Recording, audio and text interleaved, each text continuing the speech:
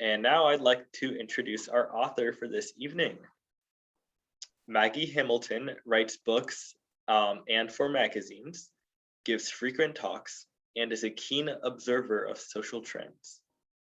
Her books have been published in over a dozen countries worldwide, and she's here tonight to present her latest book on a very timely topic, When We Become Strangers, How Loneliness Sneaks into Our Lives and What We Can Do About It. Please welcome Maggie Hamilton. Thank you so much, dear Charlie. It is absolutely wonderful to be here with everybody. And I'm just going to turn the screen around so that we can have the little PowerPoint I've prepared for tonight. Before I begin to talk about what I hope is a fresh take on loneliness, I just want to explain for those of you who are interested in how I've come by what I've come, that the book is a meld of individual people's voices in a whole range of topics of our lives, as well as a whole range of research. And I've also spent, as well as interviewing people, a lot of time in chat rooms to also see what people are discussing on a range of topics. Because I think when we look at loneliness, it tends to be very vague in our minds. And what I love to do as a researcher is I like to get into the specifics. So this is what I'd love to share with you tonight, just some of the findings in the book. And what I've tried to do is to present our lives as a panorama. Often when we think of a topic, whether it's loneliness or other topics, we think about it in the home or at work, dating, with our kids, what's happening in our towns and cities. What I've tried to do in a series of a number of snapshots is actually look how loneliness is playing out in a whole range of areas. So let me share a little bit of what I've learned with you, and I hope you'll find it interesting. And thank you for being with us tonight. So I always think it's interesting as a writer where our ideas come from. And this book actually started with the iconic Danish architect, Jan Gehl, who's now in his 80s. And, you know, it was a weekend and I was reading one of the Saturday papers and I came across this article of Jan Gehl, who I'd never heard about, knew nothing about his architecture. But what really struck me about his work was his philosophy behind urban architecture as his thing, and town planning and city planning. And his view is that whatever we do, we must always keep the human scale in sight. And in fact, you probably know Jan Gehl's work. You know, if you've been to New York in recent years and been in Times Square and seen the seats and the tables there, then that is part of Jan Gehl's philosophy, which is to, regardless of whether you're in a gigantic city or in a smaller place, to create spaces that have an intimacy at a human level. And there's actually a documentary on his life's work so far, and he's influencing a lot of cities worldwide now. But what really struck with me was that phrase, human scale. And the book is a result over 2 or 3 years work. This human scale concept of how do we make things, how do we structure our lives to create and keep that intimacy that he's talking about with human scale.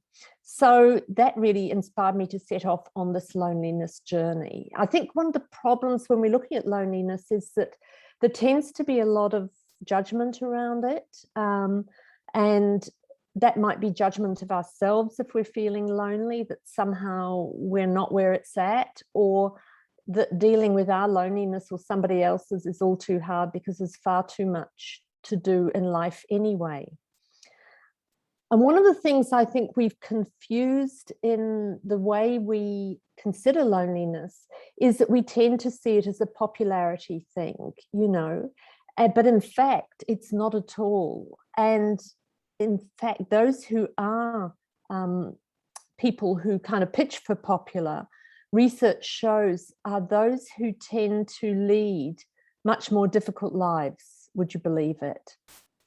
And so these are the kids who at school might be, you know, the greatest sports person. They might be out there doing a whole range of things that make them look dazzling. But what research has shown is that as those lives progress, those who have pitched for popular actually often end up leading quite isolated lives, having difficult relationships with others because they haven't really learned the kind of give and take in relationships and so on. So when we're talking about loneliness, we're not remotely talking about popularity. We're talking about something else. Before we get into what I believe are the three keys to loneliness, what I think is important to ask ourselves is, does it really matter if we feel lonely, and is it something we should focus on?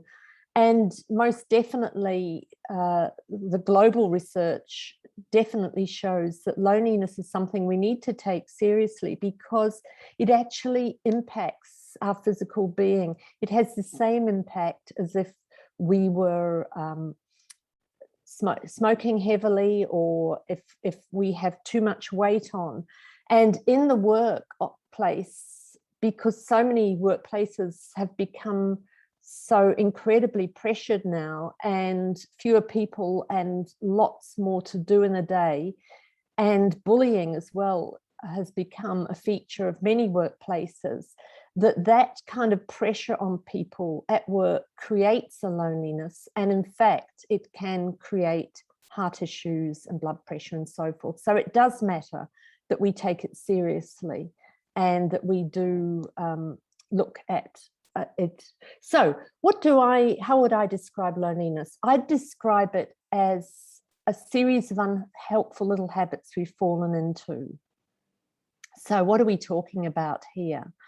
Whether it's eating alone, competitive friendships, failing to listen to other people when we are in conversation with them, getting easily bored, so we're disconnected to what's happening around us, far too much time spent streaming. In fact, one Californian piece of research indicates that our millennial generation are admitting to actually about 25% of them, 1 in 4, are admitting to actually ditching plans they have already made with friends so that they can continue with whatever series they're streaming at the time. And of course, we know about the addiction to devices. But I see, after all the work I've done to look at loneliness, I see it boils down to 3 issues. And that is, first of all, a loneliness in terms of understanding ourselves. And so the first question, I guess, around loneliness is, who am I? And who gets to decide who I am? And we're going to look a bit about this tonight and show that when we allow others to kind of make the decisions for us, the influence of influences and others, what that does to our intrinsic, authentic selves. The second one is, who cares? You know, we're living in a world where we interact with a lot of people, both on and offline. But loneliness is about who cares in those burning moments. And what do I mean by that? I mean, in the moments where something fabulous happens to us and we're really wanting to share that with somebody who we feel will be happy for us, or when we're in a dark space, when we're having a dark night of the soul, who amongst the people we know really cares about who we are enough to listen and to empathize and possibly even help us.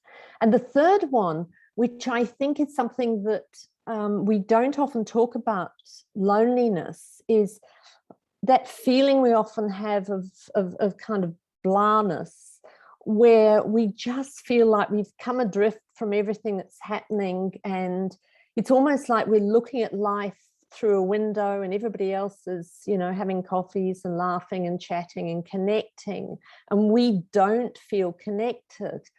And through my work in loneliness, what I've come to realize is that this is actually where we've forgotten about our biology, that we are beings that taste, smell, touch, hear, etc. And that what has happened through our habits is that we have come to dull our senses, which means we've kind of dulled that capacity to feel alive, to feel connected. So that loneliness for me is about losing touch with who we are intrinsically. It's about feeling disconnected from those around us in terms of meaningful connections when we need them, and the dulling of our senses that really help us to feel truly alive. So estrangement, I chose the when we become strangers for the title of the book, because I think loneliness is a kind of loaded word that sometimes people feel very uncomfortable with, but estrangement is that sense of coming adrift. And in fact, one of our world experts on loneliness actually went so far as to say that we have 1 in 4 people who don't really have anyone to confide in. So what we're talking about here is about a reconnection which allows us to have really meaningful relationships with others. And this also means us making more effort to really see and hear those people in our lives, whether it's a barista at the local cafe, to get to know their names and who they are and a little bit about their lives and to show an interest. And it's also seeing and hearing each other when we sit down together. I think we're in such a mindset of problem solving that we often feel that we have to come up with a solution when we have a friend who's having a tough time.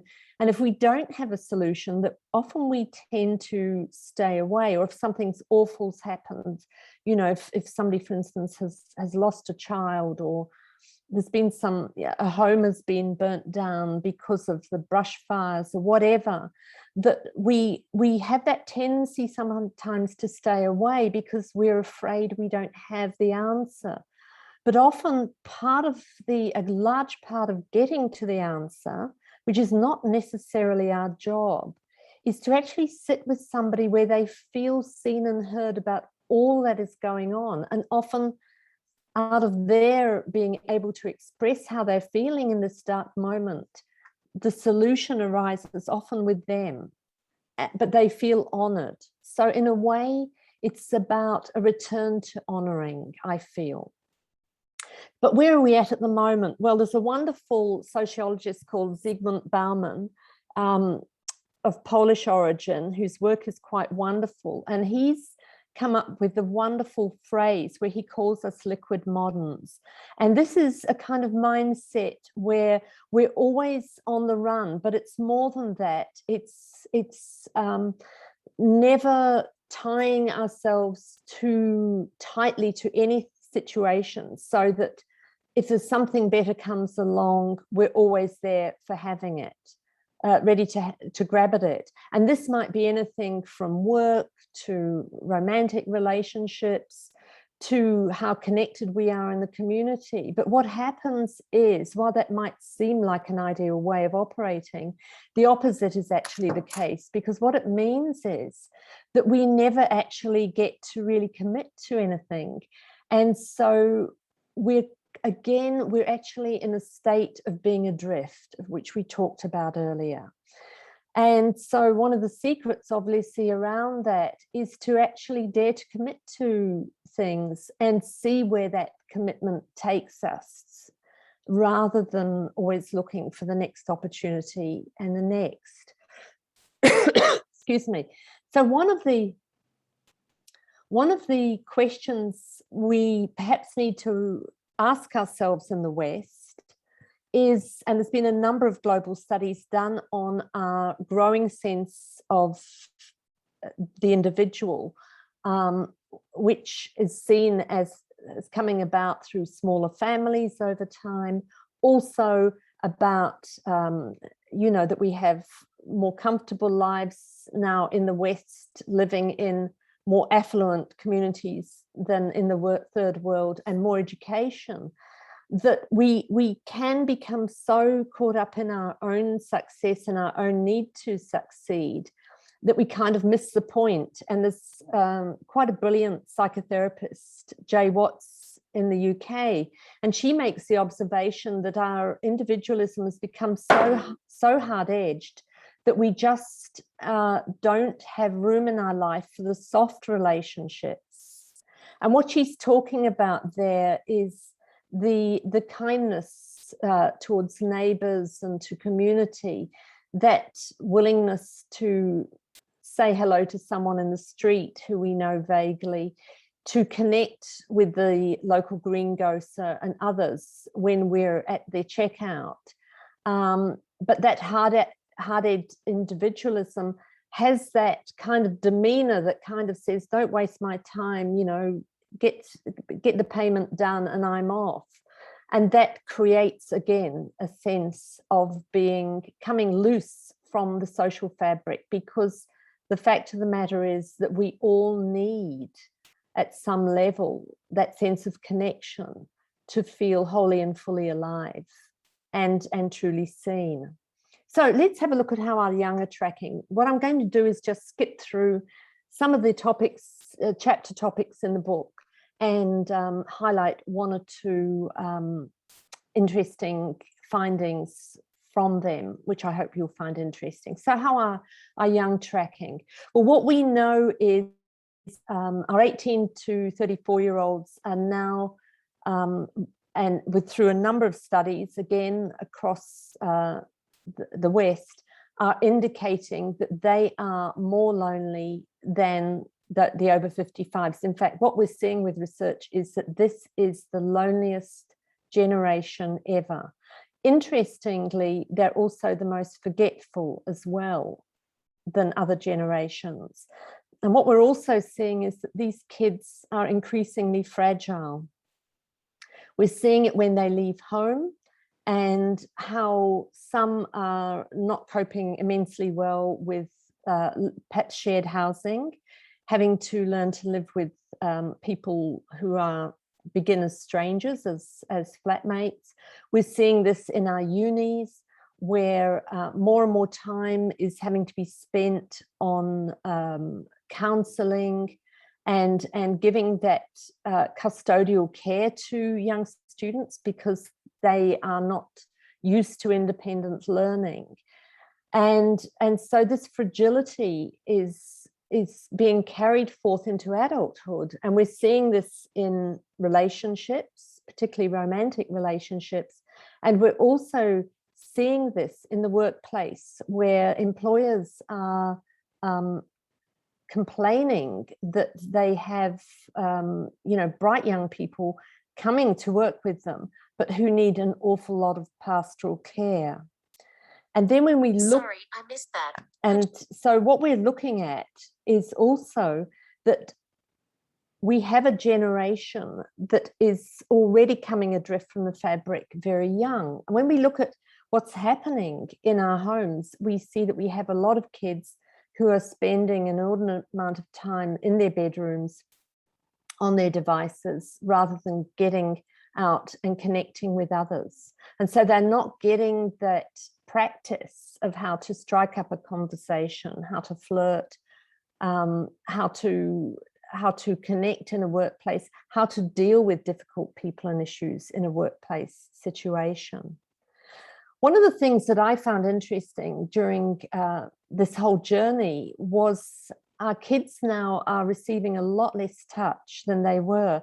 And so this is actually making them vulnerable to a whole range of issues that we would associate with adults, such as irritable bowel syndrome, or certainly teenagers plus, not little ones, and fibromyalgia, which is an extreme muscle sensitivity, which in fact, until recently, was only really a complaint that older people would have, like, elderly people. Our kids need to be held. They need to, feel that human touch, and it's really good for them. It's a great de-stressor. It helps lower their heart rates and blood pressure. And it also gives them a boost of those feel-good neurotransmitters, including serotonin, which is really a happiness possibility. And one of your wonderful psychologists, Tiffany Field in Miami, did a very interesting study a little while back on touch, where she had a group of premature babies, and half were in the humidicred with the usual ways of dealing with preemie babies, and then the other half of the group were actually massaged 15 minutes 3 times a day. And the babies were given the same amount of food, but the massage babies, amongst other positive side effects from the massage, gained weight 47% faster. So we know that touch is really, really important. One of a number of ways that loneliness has really crept into our lives is the loss of our personal stories in the home. We've come to like a decors often that give the impression that we're almost in a hotel room. So personal photographs and family heirlooms, those things which hold our story, have in many homes disappeared. They might be in storage, or they might have been recycled or given to a vintage shop, or worse still, put in landfill.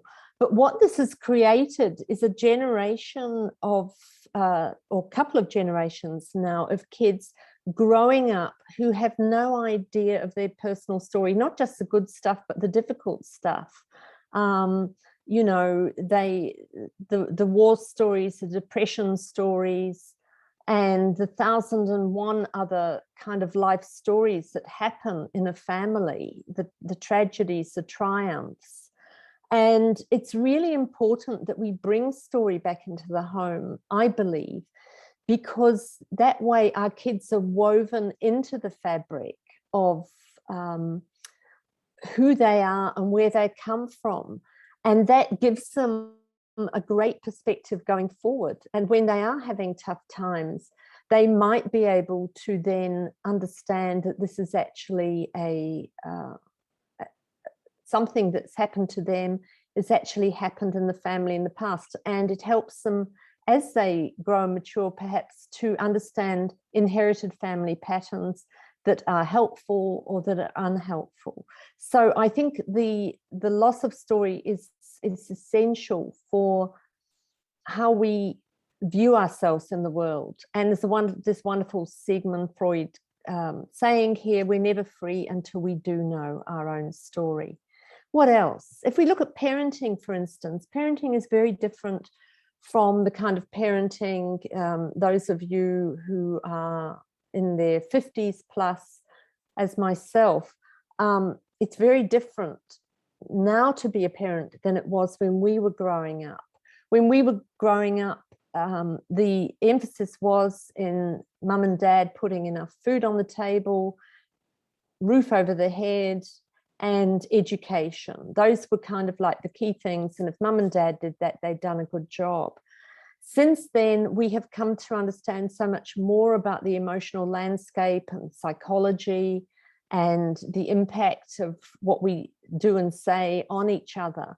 And so mums and dads now are in a very different space, and they can feel a lot of pressure.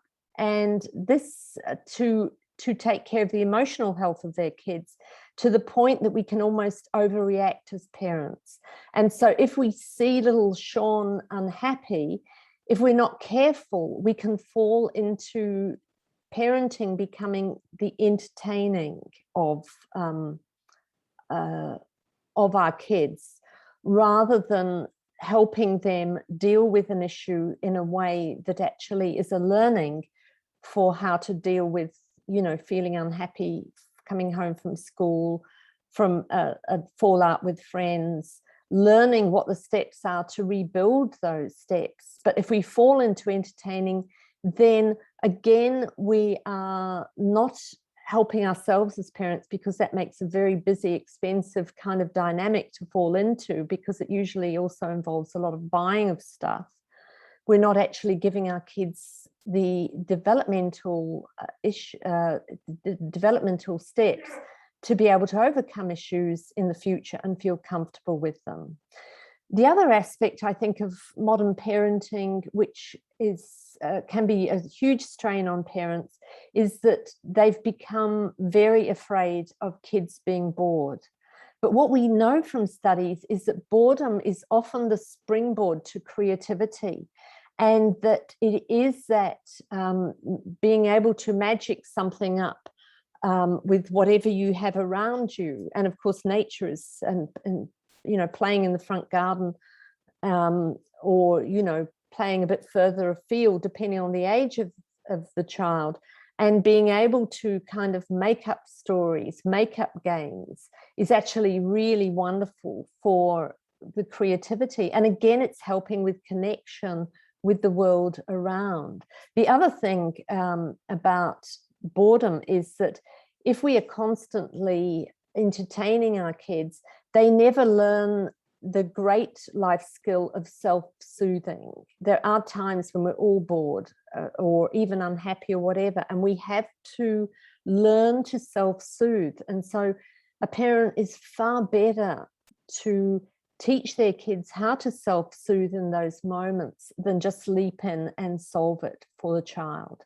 The other thing, of course, as parents, in a lot of communities now, if we forget about COVID and lockdown, is that a lot of parents feel alone because there are often less people in the community during the day, to particularly mums, to actually share their experience of being a new mum or dealing with mum issues than there were in previous generations when the workplace was mainly men. And so what a lot of parents, and particularly mums, fall into is sharenting. That is sharing a lot of information about baby, about the family online. And really, sharenting is yet another little flag that we're actually feeling lonely. It's also one that is problematic because without realizing it, we're actually telling our child's whole story before they've even got going in life, to actually choose which bits they want to tell themselves. The other aspect of it, which we have to be aware of, is that we are actually building up a very detailed profile of our children online, which is not necessarily what we want to be doing. So one of the themes we talked about earlier is kids, getting kids outside. And I thought I'd share a couple of things that are happening in the UK, which I mentioned in the book, which I thought was really interesting. One major piece of research in the UK highlighted that a lot of British kids were spending less time outside than were prisoners in detention, which sounds horrifying. But then when you break it down, you see that, in fact, you know, most prisoners are given an hour outside a day, that it's not necessarily just in the UK, where a lot of kids are having less than an hour outside every day in a whole range of places on the planet. So that is something that we really need to question. And the disappearing off to the room with the devices, again, while it can be great for parents when they're busy, tired and stressed, we're far better to get the kids outside, even if it is only playing in the yard, as much as we can. The other UK piece of research in this area, which I found really fascinating, is that an educational body decided to encourage teachers across the board to teach certain lessons outside in the school playground, and of course further afield if they were doing biology, but basically just in the school playground. And what they found was that the kids learned much better when they're outside, and the kids themselves enjoyed the experience much more, and they were much more alert, and they retained far more of the information. So we've got another thread going on here, which goes back to the theme, one theme I spoke about at the beginning, which is about the need for us to stimulate our senses, to feel alive to the moment. And we'll look at this a bit further later on, this coming back into connection to the world around us. And this, I must say, this piece of research surprised me, because the UK isn't known for having a climate that is particularly conducive to teaching outside. But for a whole lot of educators, it turned out to be something that was really valuable. One of the many themes I look at in the book is our dating trends and the kinds of things that are now happening with dating going online, and all the behaviors which I'm sure many of you are familiar with, whether it's ghosting, benching, breadcrumbing, with dates and potential dates where there's an interest shown and then suddenly a person's dropped with no reason why this has happened, pardon me, or interest continues to be shown, but the person remains elusive about actually getting together.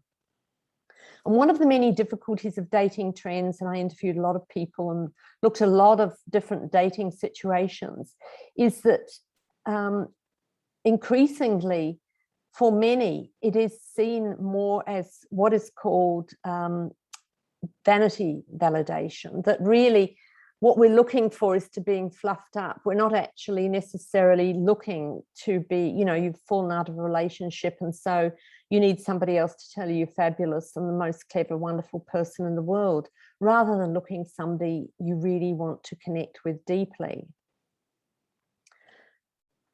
What's interesting is that people admit again and again in research across a whole range of areas around dating, that when they look for a date online, that they don't actually, even when they've met that person, they don't see them as that fully rounded person that they would if perhaps they met them, you know, at a friend's barbecue or party or whatever. And because of that, they tend to slip into that online shopping mode where they really like the guy they've met and they think they could be interesting and they might start to go out together, but there's always in the back of the mind that there's somebody funnier, sexier, wealthier out there, rather than actually giving the relationship a go and seeing where it takes them. So it comes down to what people want. And what's interesting, the dating apps themselves do a lot of research. And while we may tend to think that online dating is really often about people looking for sex, certainly the research from the dating apps suggests that people do want to connect. They do want that person. But again, they've lost the skills to be able to do that.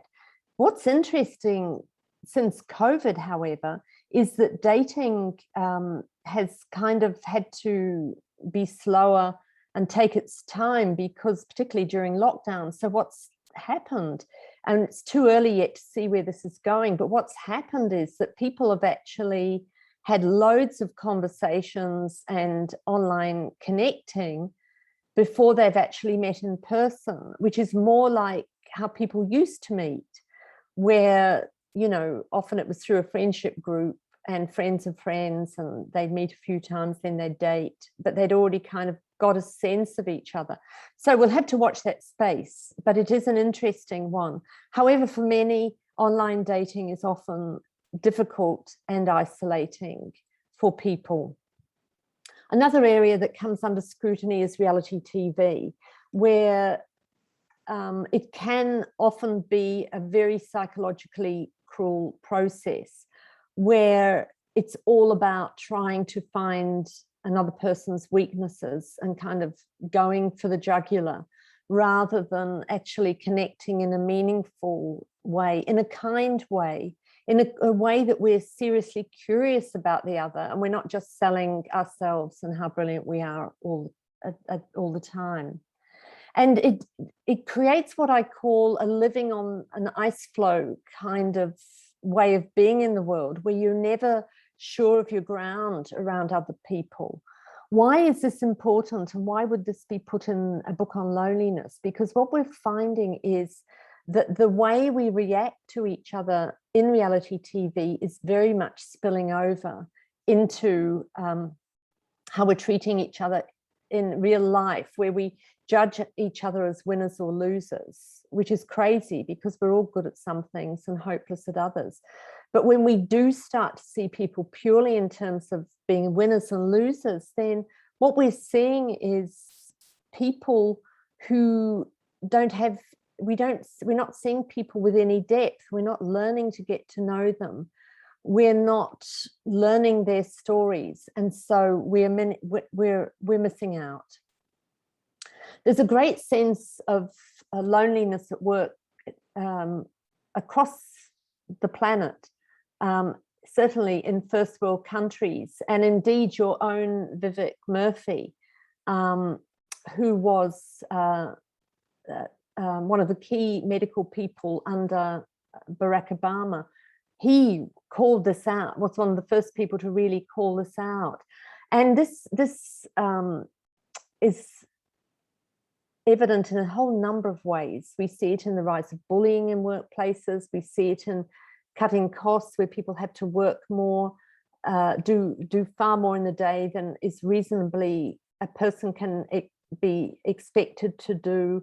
The loss of that kind of sense of being in a family at work.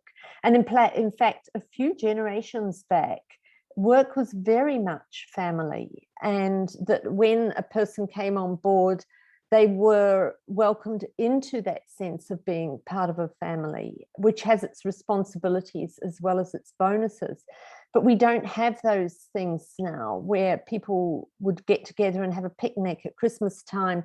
They'd have Santa, and the focus would be on perhaps employees, co-workers bringing the children to work for that celebration and going home with a little present. Now it's all about, if there's gifts, it tends to be gift packs and so forth for adults. There's not that sense also of people having families beyond work.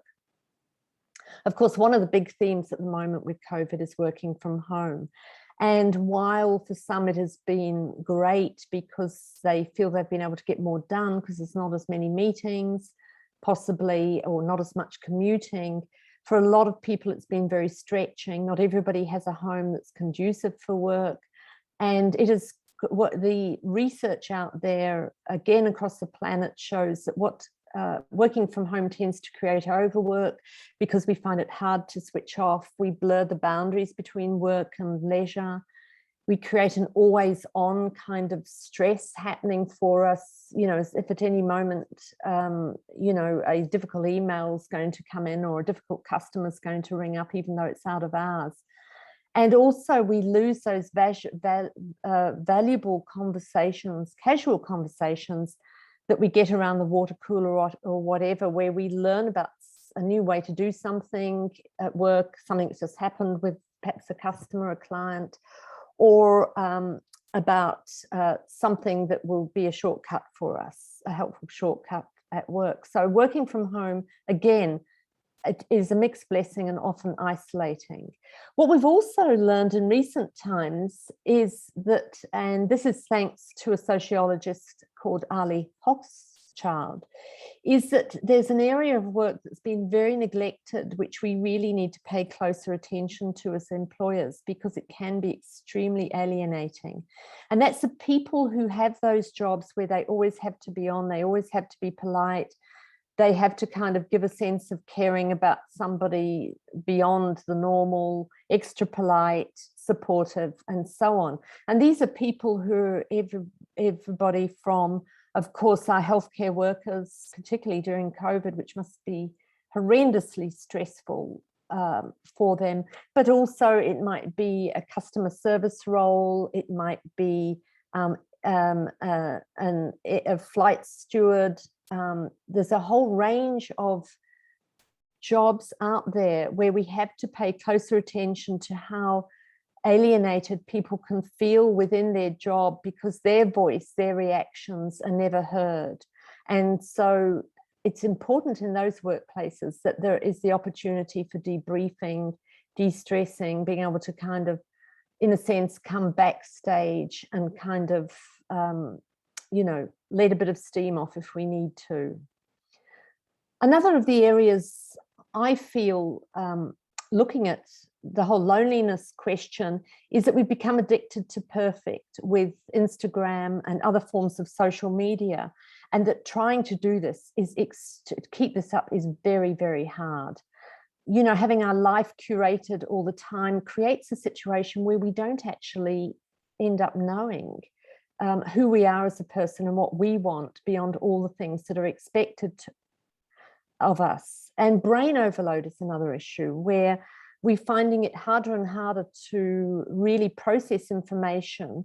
Our reading habits have changed and they've become very superficial. We're more forgetful. So that all these things can also add up to create a lonely space because we're not sure of how things are really, because we're in such a brain fog. Of course, we also have through social media what's called smiling depression, where we always have to put that smiley face on for the world. And that again is very alienating for us because that's not how we're really feeling.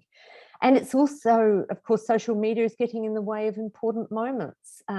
Professional photographers, for instance, say that, in weddings now, it's extremely hard to get those special shots because everybody's leaping up and taking the photos and, standing in front of the professional photographer, making it very hard to capture those very, very precious moments.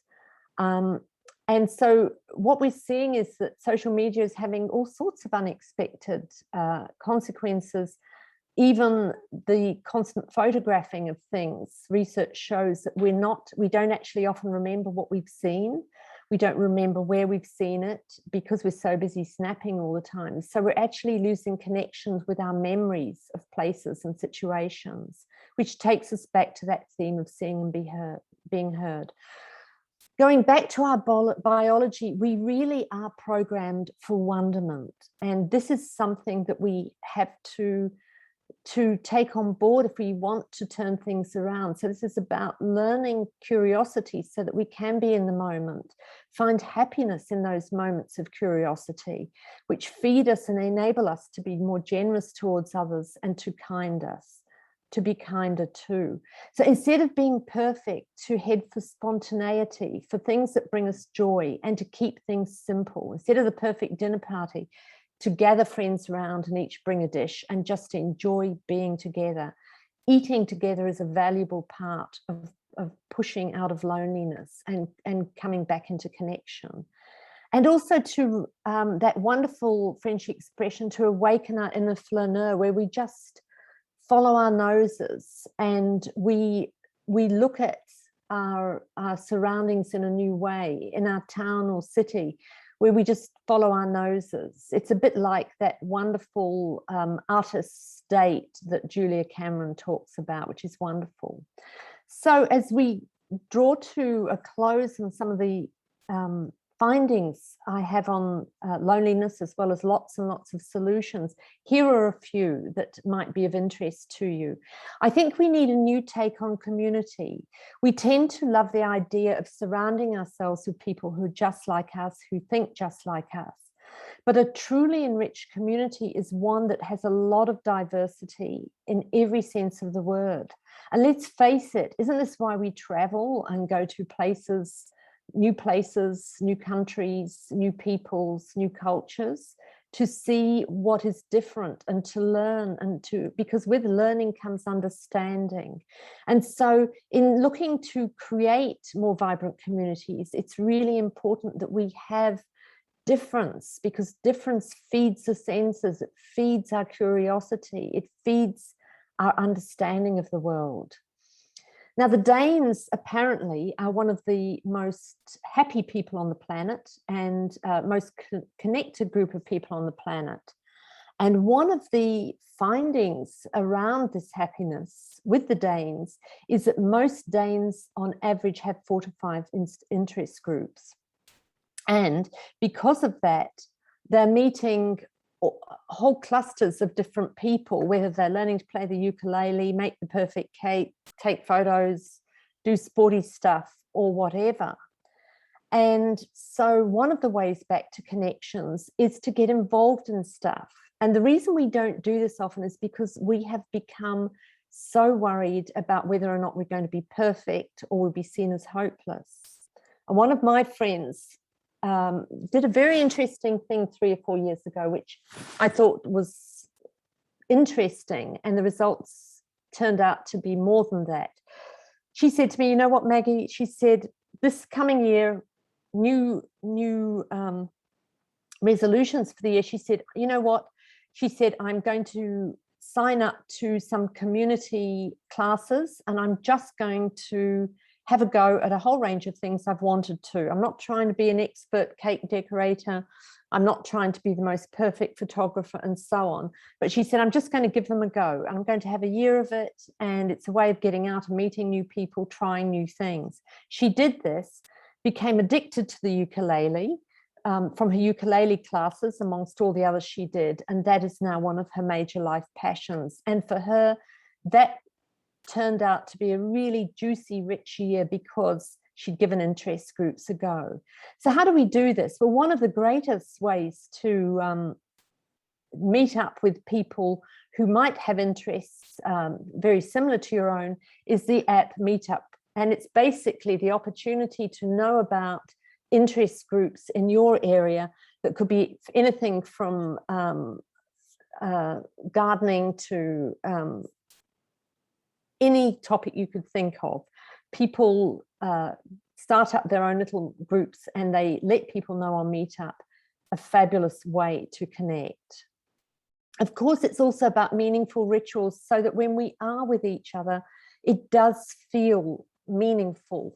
And one of the ways, again, the Danes, and I have a couple of Danish friends who do this, whenever I call over for a coffee, they always have a tiny candle which they light, and they usually have a tiny vase of flowers as well. And that little ritual is just a signal that this is a special moment we have together. So we need to work on our rituals, I suspect. Another friend came to live in the city here from overseas, and she lived in a share house.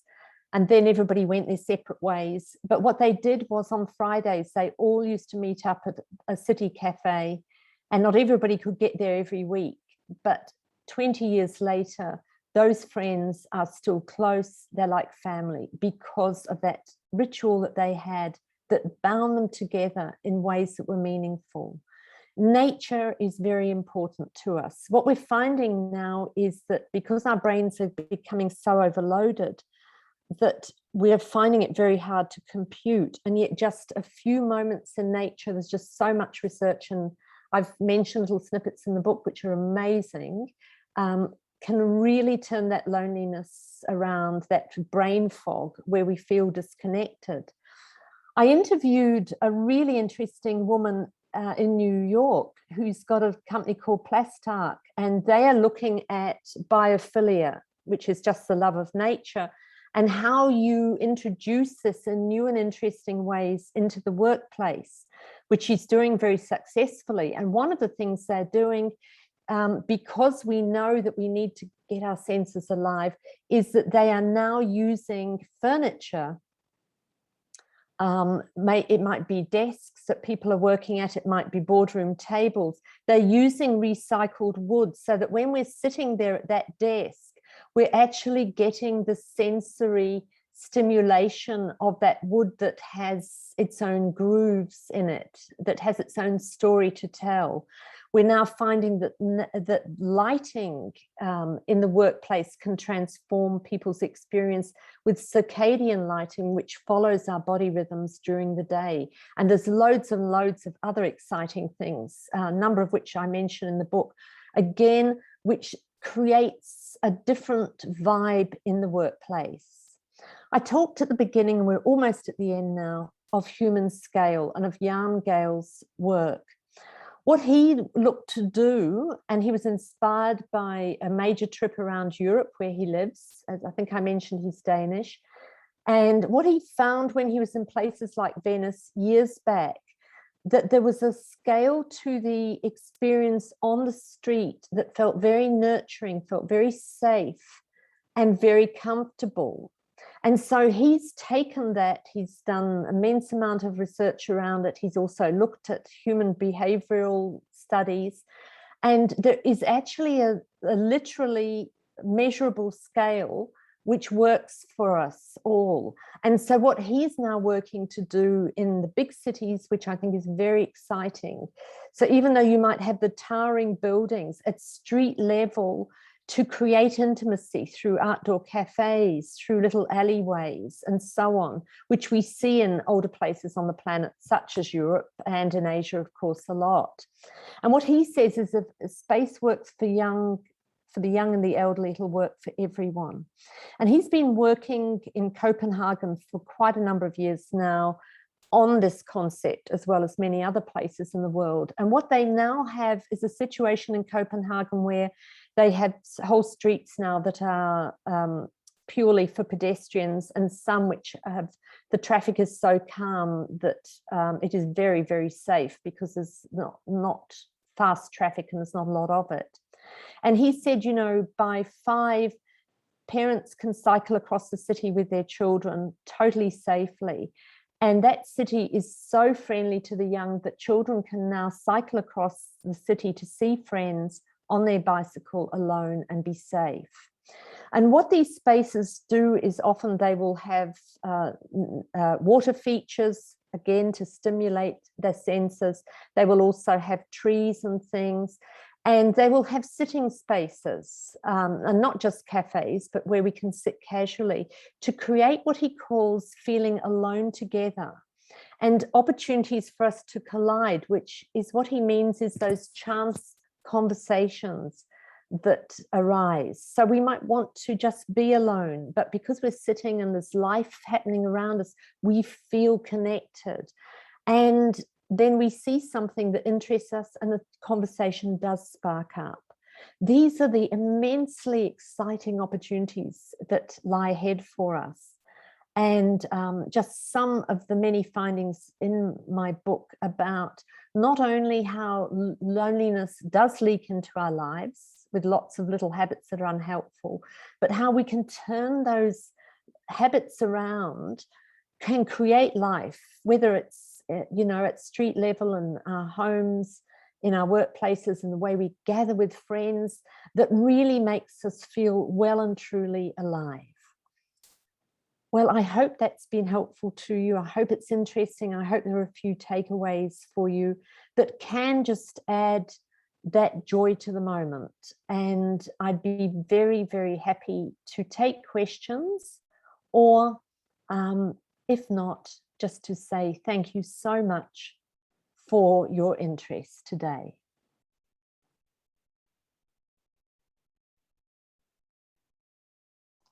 Thank you so much, Maggie. And feel free to our lovely audience members to type any questions you have in the Q&A. In the meantime, I have a question. Yes. Maggie, could you remind me what that phrase was with the running? Oh yes, being liquid modern. Liquid modern, yeah. And that's what I am. I mean, I'm sure we all are.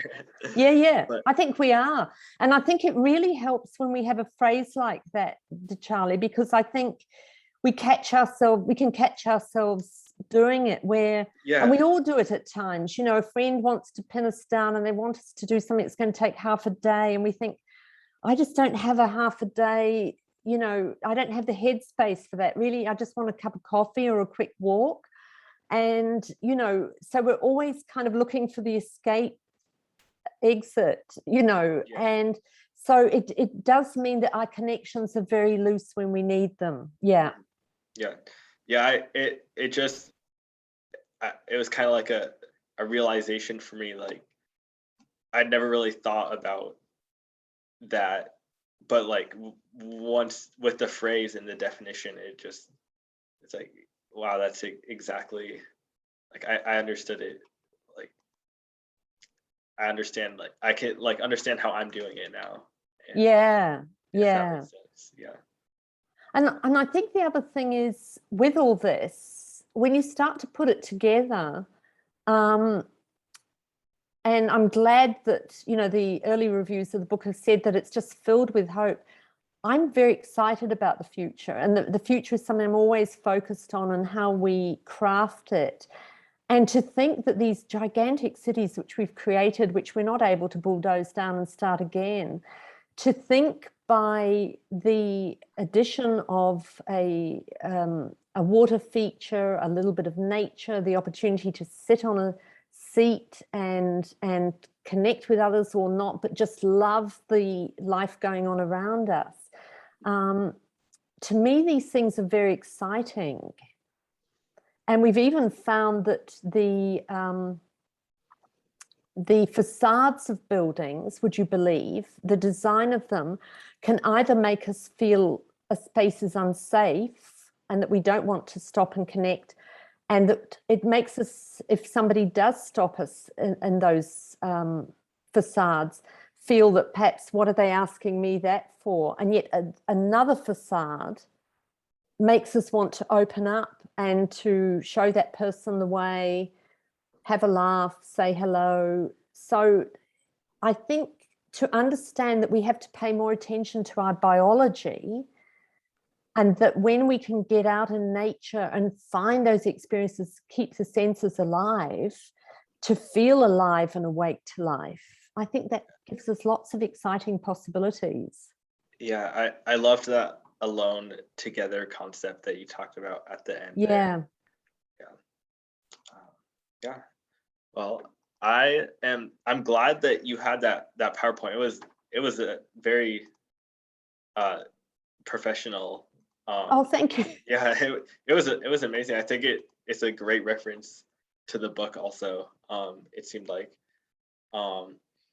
but this book sounds very important and relevant, especially after COVID. And I would like to thank you again for sharing with us. I'm going to put in the chat for everyone here the link to Village Books, where you can find this book. It goes straight to the book, but it's on the Village Books website. And then there's also a YouTube link, which goes to the Village Books YouTube. And this event will be uploaded onto there in 48 hours, I think. Yeah, and thank you to our audience members for joining us today. It's lovely. Thank you so much. Did you have any last words, Maggie? Just to say, I think that the world doesn't need to be anywhere near as lonely as it is, and that the way back to connection is much simpler. We have this thing, I think, in contemporary life of making things incredibly complex, and then it just feels too hard. But often the little things we need to do are so simple and easy, and are less trouble than and a lot less effort than trying to follow the influences and trying to lead somebody else's life. To lead our own authentically actually is a great opportunity for us all to learn and really join each other. So I think it's time to be excited. Yeah. And COVID's given us a good headspace to contemplate. It's kind of like, having a couple of years to think about your New Year's resolutions. Yeah. You know what I mean? So I yes, do. so yeah. Lots of hope. Yeah, lots of hope. Well, thank you so much, Maggie. It's been a pleasure having you. Thank you. And take care, everybody. Go well. And thank you to Charlie. My pleasure. Have a great night.